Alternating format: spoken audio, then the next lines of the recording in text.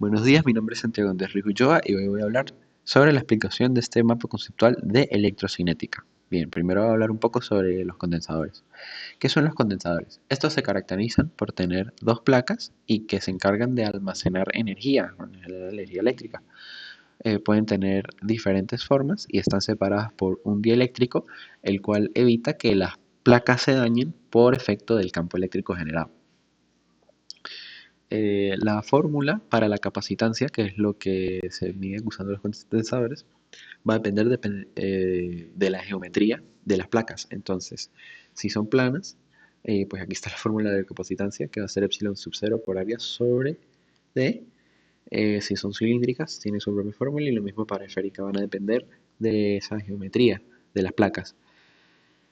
Luego tenemos la asociación de los condensadores para calcular la capacitancia. Si están en serie, la capacitancia va a ser el inverso de la suma de los inversos de los condensadores, mientras que si están en paralelo, en el circuito equivale a la suma de esos condensadores. Bien, ahora para corriente y resistencia.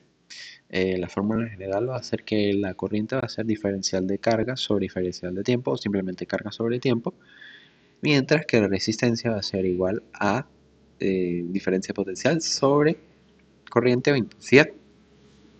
La resistencia se basa en la ley de Ohm, que dicta que si un material obedece o no la ley, se le dice óhmico o no óhmico.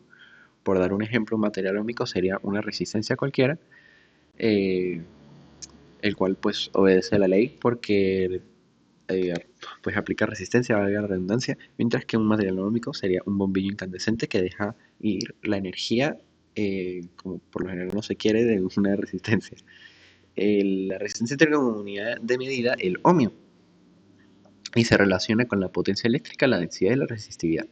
La potencia eléctrica va a ser igual a diferencia de potencial por intensidad, la densidad va a ser igual a la intensidad sobre área y la resistividad se representa con la letra griega ρ, que es una característica única de cada material.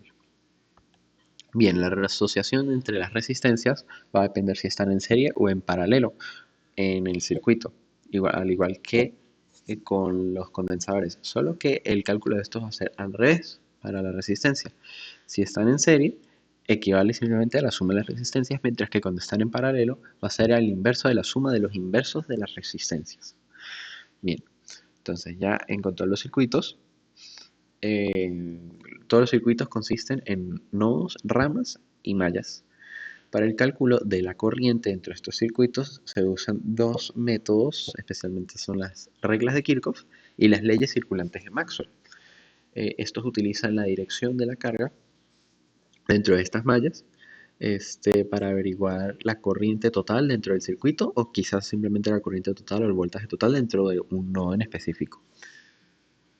Finalmente voy a hablar sobre las aplicaciones en la vida cotidiana, como lo son, por ejemplo, en las cámaras. En las cámaras se utilizan mucho los condensadores para el flash, ya que necesita liberar una cantidad de energía repentina muy alta, al igual que con los motores de arranque, necesita tener esa energía almacenada y ser liberada de manera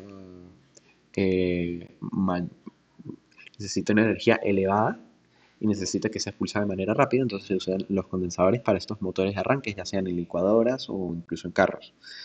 Y finalmente, valga la redundancia nuevamente, las resistencias que se encargan de regular la corriente dentro de un circuito para evitar que los componentes se quemen o algo se dañe dentro de ese circuito. Gracias por su atención.